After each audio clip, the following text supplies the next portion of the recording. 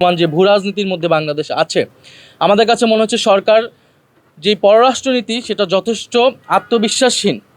কারণ সরকার ভারত সফর করবে কি করবে না এ বিষয়ে জনগণকে কোনো সুস্পষ্ট বার্তা দিতে পারছে না। এবং 5ই আগস্ট, এইবারে 5ই আগস্ট দিল্লিতে যে প্রেস ব্রিফিং হয়েছে, আওয়ামী লীগকে যে প্রেস ব্রিফিং করতে দেওয়া হলো, সেটার জন্য কিন্তু ভারত সরকারকে যথাযথ জবাবদিহিতার আওতায় এই সরকার আনতে ব্যর্থ হয়েছে। ফলে আমরা মনে করি যে আওয়ামী লীগকে দিল্লিতে কার্যক্রম করতে দিয়ে ফ্যাসিস্ট আওয়ামী লীগকে এবং একই সাথে বাংলাদেশ সরকারের সাথে বা বাংলাদেশের সাথে সুসম্পর্ক, এটা আসলে সম্ভব নয়। আমরা যে কোনো দেশের সাথে মর্যাদা এবং সমতার ভিত্তিতে সম্পর্ক চাই। এবং বাংলাদেশ ভারত যে পারস্পরিক যে সমস্যাগুলো রয়েছে, এবছর গঙ্গা চুক্তি শেষ হবে এবং অন্যান্য যে নদীর পানি বন্টন চুক্তি, সীমান্ত হত্যা, পুশিন ইত্যাদি বিষয়ে খোলামেলা আলোচনা করে বাংলাদেশ ভারতের নতুন পররাষ্ট্রনীতি প্রণয়ন করতে হবে বা সম্পর্ক স্থাপন করতে হবে এবং সেক্ষেত্রে আওয়ামী লীগকে বাদ দিয়ে এটা করতে হবে। ফলে আওয়ামী লীগের এই বিষয়ে সুরাহা না পর্যন্ত, শেখ হাসিনার বিচার, ওসমান হাদির যে খনিদের বিচার, সেটা নিশ্চিত না হওয়া পর্যন্ত জনাব তারেক রহমান, প্রধানমন্ত্রী তারেক রহমানের ভারত সফর জাতির জন্য কল্যাণকর হবে বলে 11 দল মনে করছে না। 11 দল সারা বাংলাদেশে কয়েকটি লং মার্চ ঘোষণা করেছে। সেই পরিকল্পনাগুলো আজকে হয়েছে। সেই পরিকল্পনা মোতাবেক 5ই সেপ্টেম্বর আমাদের প্রথম লং মার্চ চট্টগ্রামের অভিমুখে আমাদের লং মার্চ শুরু হতে যাচ্ছে।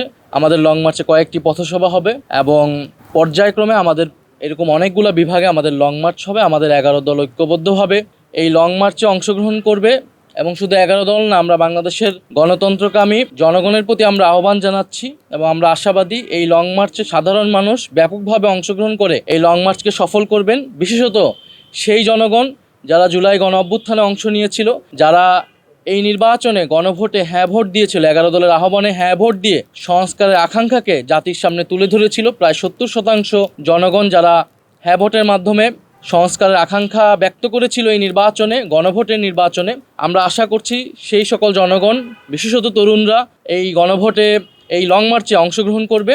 এবং আপনারা জানেন যে গণভোটের যে গণরায় বাস্তবায়ন সহ দেশে অনেকগুলো সংকট এই মুহূর্তে তৈরি হয়েছে। আমরা সেই সংকটগুলো নিয়ে আজকে বিস্তারিত আলোচনা করেছি। বিশেষত সরকারের যে 180 দিন, সেই 180 দিনকে আমরা পর্যালোচনা করেছি।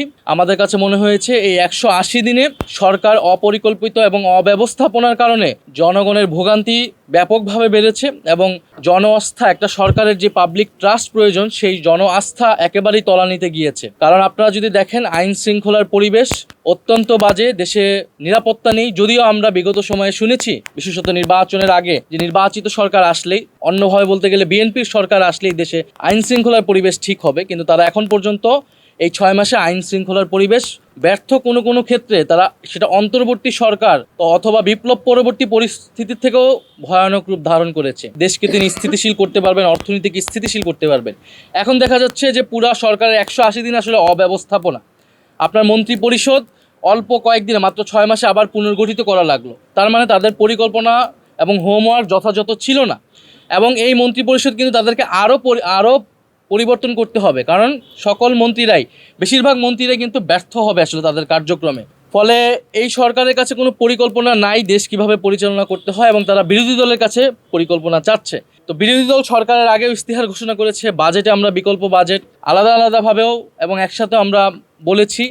জ্বালানি নিয়ে যে কমিটি হয়েছিল সংসদে, সেই কমিটিতে কিন্তু বিরোধী দল তার প্রস্তাবনাটা দিয়েছিল সম্মিলিতভাবে 11 দল হিসেবে।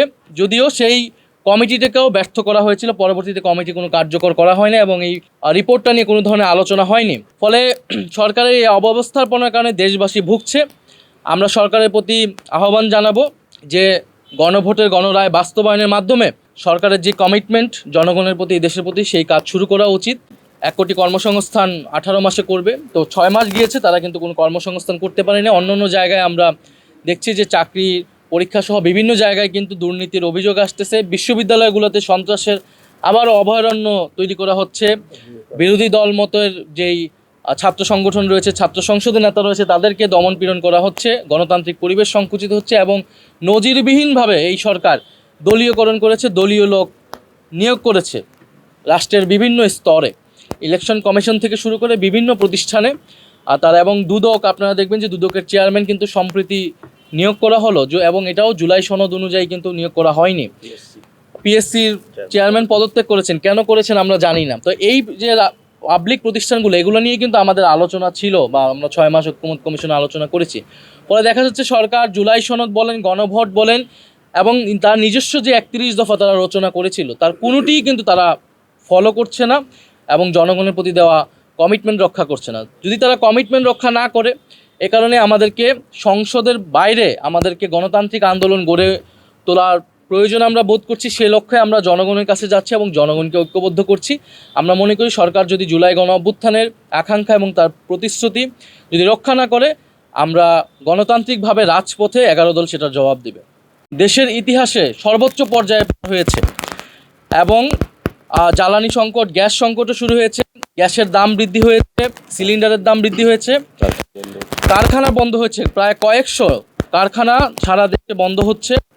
ব্যবসায়ীরা উদ্বেগ প্রকাশ করছে। একদিকে তো চাঁদাবাজির একটা ভোগান্তি তাদের রয়েছে, অন্যদিকে এখন গ্যাস বিদ্যুৎ তারা পাচ্ছে না। অন্যদিকে সার সংকট তৈরি হয়েছে, কৃষকরা সেই সার সংকট ভুগতেছে। এবং এই যখন দেশের সার্বিক পরিস্থিতি আমরা দেখছি সরকার সেগুলো স্বীকার না করে বরং 180 দিনের একটা সাফল্যমণ্ডিত তারা দেখানোর চেষ্টা করছে, যেটা একেবারেই জনগণের সাথে প্রতারণা।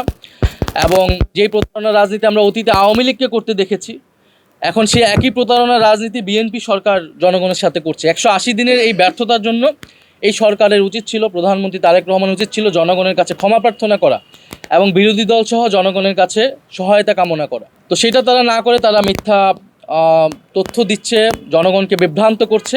কিন্তু আপনারা সকলেই জানেন, আমরা যখনই জনগণের কাছে যাচ্ছি মানুষ তার ভোগান্তির কথা বলছে। এবং এটা শুরুটা হয়েছে গণভোটের গণরায় বাস্তবায়ন না করে, সংবিধান সংস্কার পরিষদের শপথ না নেওয়ার মাধ্যমে সরকার এই প্রতারণার কাজ শুরু করেছে। সরকার যে জুলাই সনদ বাস্তবায়ন করবে বা গণভোট মেনে অংশগ্রহণ করেছে, এটা জনগণের কাছে জাতির সামনে তারা এটা উপস্থাপন করেছে। আমরা সরকারকে কোনো দল হিসেবে বা বিএনপিকে আমরা সহযোগিতা করছি না। আমরা যেগুলো জাতীয় সংকট আমরা মনে করি সেই বিষয়গুলোতে আমরা ঐক্যবদ্ধভাবে কাজ করার আমাদের সর্বাত্মকভাবে আমাদের ইচ্ছা ছিল। সেই জায়গা থেকে আমরা এটা বলেছি যে দেশের সংকটে, জাতীয় সংকটে আমরা সরকার দেখব না, আমরা সকল দল ঐক্যবদ্ধভাবে কাজ করব।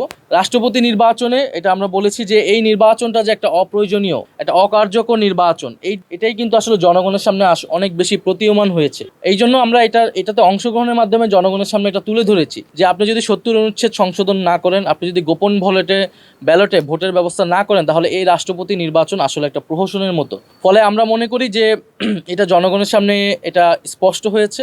এবং স্বরাষ্ট্রমন্ত্রী যেটা বলেছেন, এটা আসলে উনি গণভোটের যে গণরায় এবং যে গণভোট যে আদেশ, সে আদেশের বিরুদ্ধে উনি কথা বলছেন, যে আদেশ অনুসারে আসলে জাতীয় নির্বাচন হয়েছে। এবং আমরা 2টি শপথ নিয়েছি, আমরা মনে করি 2টি শপথই বহাল আছে।